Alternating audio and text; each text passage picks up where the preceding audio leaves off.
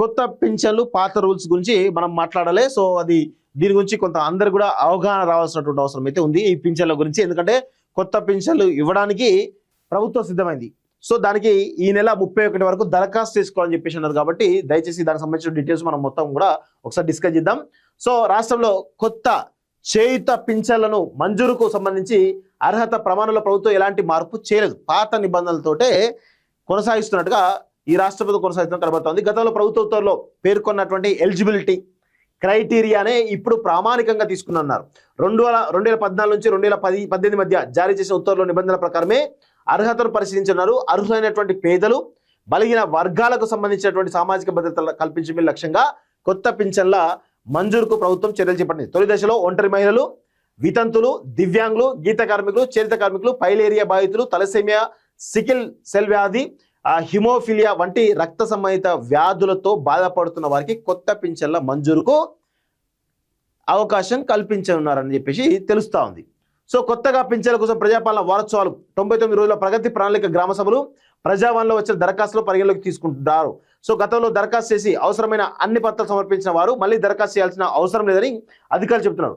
అవసరమైన పత్రాలు సమర్పించిన వారు ఇప్పటివరకు దరఖాస్తు చేయని అర్హులు కొత్తగా దరఖాస్తు చేసుకోవచ్చు. అర్హత నిర్ధారణ కోసం సంబంధిత శాఖల నుంచి అవసరమైన ధ్రువపత్రాలను పొందేలా జిల్లా కలెక్టర్లు చర్యలు తీసుకుంటారు.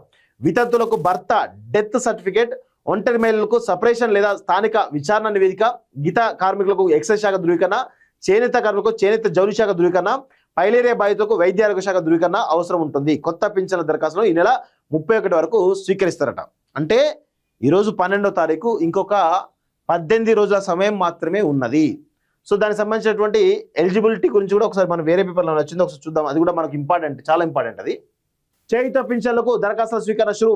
విడతల వారీగా 3 నుంచి 3.5 లక్షల పింఛన్ల మంజూరు. దరఖాస్తులకు 31వ తేదీ తుది గడువు అంటూ కూడా చూస్తా ఉన్నాం. సో 11వ పేజీలు ఉందట. ఒకసారి చూద్దాం ఎలిజిబిలిటీ ఏంది దాని, అంటే అది కూడా ఉంటే అందరికీ ఒక అవగాహన వస్తుంది. సో ఎవరెవరు అనర్హులో చూద్దాం ఒకసారి. 3 ఎకరాలకు మించి అనర్హులకు లిస్ట్ ఇది. అర్హుల లిస్ట్ కూడా చెప్తా. అనర్హుల లిస్ట్ ఇది. 3 ఎకరాలకు మించి తడి నీటిపారుదల భూమి లేదా 7.5 ఎకరాలకు మించి పొడి భూమి ఉన్న కుటుంబాల్లోని వారు ఈ చేయుత పింఛన్కు అనర్హులు. 1. ప్రభుత్వ రంగ సంస్థలు, ప్రైవేట్ సంస్థలు, అవుట్సోర్సింగ్ కాంట్రాక్ట్ ఉద్యోగులు చేస్తున్న వారి కుటుంబ సభ్యులు. ఓకే. 2. 3వది వైద్యులు, కాంట్రాక్టులు, వృత్తి నిపుణులు, స్వయం ఉపాధిలో ఉన్న కుటుంబాల వారు అనర్హులు. వ్యాపార సంస్థలు నిర్వహించే కుటుంబాలు అనర్హులు. ఇప్పటికే ప్రభుత్వ పింఛన్, స్వాతంత్ర సమరయుల పింఛన్ పొందుతున్న వారు కూడా అనర్హులు. 4 చక్రాల భారీ వాహనాల యజమానులు అనర్హులు. కుటుంబ వార్షిక ఆదాయం గ్రామీణ ప్రాంతాల్లో 1.5 లక్ష, పట్టణ ప్రాంతాల్లో 2 లక్షల మించి ఉన్నవారు అనర్హులు అంటూ చాలా స్పష్టంగా తెలుస్తుంది. సో ఇక్కడ దరఖాస్తుదారులు ఆధార్ కార్డు, వయసు ధృవీకరణ పత్రం, రేషను, ఆహార భద్రత కార్డు లేదంటే రెవెన్యూ శాఖ జారీ చేసిన ఆదాయ ధృవీకరణ పత్రం, బ్యాంకు పాస్బుక్ మొదటి పేజీ సమర్పించాలి. సో ఇక్కడ చూసినట్లయితే ఎవరు అర్హులు కాదో ఒకసారి దాని గురించి కూడా డీటెయిల్గా మాట్లాడదాం. సో దివ్యాంగుల కేటగిరీలో పింఛన్లు మంజూరు చేయాలని నిర్ణయించారు. దివ్యాంగులకు 4016, ఇతరులకు 2016 ఇవ్వనట్టు మార్గదర్శకాల్లో పేర్కొన్నారు. సో 31 రకాల ఆగస్టు 31 కొత్త పింఛన్ మంజూరు. వితంతులు, ఒంటరి మహిళలు, అదేవిధంగా పైలేరియా బాధితులు, డయాలసిస్ రోగులు, దివ్యాంగులు, గీత, నేత కార్మికులతో పాటు thalassaemia, sickle cell anaemia, haemophilia బాధితులకు దివ్యాంగుల కేటగిరీలో పింఛన్లు కూడా మంజూరు చేయాలని నిర్ణయించారు. సో అది దివ్యాంగులకు అయితే 4016, ఇక తర్వాత మిగతా వాళ్ళకేమో 2016 ఇవ్వనట్లు పేర్కొన్నారు.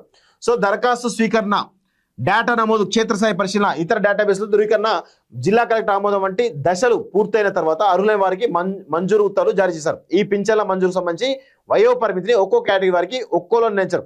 వితంతు పింఛన్కు 18 ఏళ్లు పైబడిన వారు అర్హులు. ఇందుకు వారు భర్త మరణ ధృవీకరణ పత్రాన్ని సమర్పించాల్సి ఉంటుంది. ఒంటరి మహిళల కేటగిరీలో దరఖాస్తు చేసుకున్న వారు భర్త నుంచి విడిపోయి కనీసం 7 ఏళ్ళు ఉండాలి. విడాకులు, కోర్టు ఉత్తర్వులు, ఇతర ధృవీకరణ పత్రాలతో పాటు స్థానిక విచారణ నివేదిక సమర్పించాల్సి ఉంటుంది. అవివాహిత మహిళలకు సైతం వారి ఆర్థిక స్థితి, కుటుంబ పరిస్థితి దృష్టిలో ఉంచుకొని చేయుత పింఛన్ ఇవ్వన్నారు. ఇందుకు గాను గ్రామీణ ప్రాంతాల్లో 30 ఏళ్ళు, పట్టణ ప్రాంతాల్లో 35 ఏళ్ళు నిన్నవారు దరఖాస్తు చేసుకోవాలి. సంబంధిత పంచాయతీ కార్యదర్శి, వార్డు అధికారి ధృవీకరణ అవసరం. దివ్యాంగుల పింఛన్కు వయో పరిమితి వర్తించదు. సో దివ్యాంగుల పింఛన్కు వయో పరిమితి వర్తించట. కనీసం 40% వైకల్యం ఉండాలి. వినికిడి లోపం విషయంలో 51% వైకల్యాన్ని పరిగణలోకి తీసుకుంటారు. యూడిడి సదరం ధృవీకరణ ఆధారంగా అర్హత నిర్ధారిస్తారు. వీరితో పాటు గ్రేడ్ 2, గ్రేడ్ 3 పైలేరియా బాధితులు కూడా వయో పరిమితి లేకుండా పింఛన్ మంజూరు చేసేటువంటి అవకాశం కల్పించారు. సంబంధిత డిఎంహెచ్ఓ ద్వారా నమోదు, ధృవీకరణ అవసరం. అదేవిధంగా ఆరోగ్యశ్రీ కింద డయాలసిస్ చేయించుకున్న వారికి కూడా వయోపరిమితి లేకుండా పింఛన్ మంజూరు చేయన్నారు. ఇందుకు ఆరోగ్యశ్రీ హెల్త్ కేర్ ట్రస్ట్ ద్వారా నమోదు ధృవీకరణ అవసరం. ఇక 50 ఏళ్లు పైబడిన చేనేత గీత కార్మికులకు చేత పింఛన్ కోసం దరఖాస్తు చేసుకునే వారు అవకాశం కల్పించారు. గీత కార్మికుల సహకార సంఘంలో సభ్యులై ఉండాలి. ప్రొవిషన్ అండ్ ఎక్సైజ్ శాఖ ధృవీకరణ సమర్పించాలి. సో ఇదంతా కూడా మొత్తానికి కలెక్టర్ ఆఫీస్ చుట్టే ఇదంతా తిరిగేటువంటి అవకాశం అయితే కనబడతా ఉంది. దాదాపు 3 లక్షల నుంచి 3.5 లక్షల వరకు ఉన్న ఎవరైతే ఉన్నారో ఆ అర్హులు ఉండొచ్చు అనేది వాళ్ళందరికీ ఇవ్వాలని చెప్పేసి రాష్ట్ర ప్రభుత్వం ఒక నిర్ణయం తీసుకున్నట్టుగా తెలుస్తూ ఉంది. 100% అవకాశం ఉన్న వాళ్ళు వినియోగించుకోండి. ఖచ్చితంగా దీనికి సంబంధించినటువంటి అన్ని రకాలుగా వినియోగించుకుంటే కొంత మీ కుటుంబం కూడా బాగుపడి మీరు కూడా బాగుపడేటువంటి అవకాశం అయితే కనబడతా ఉంది.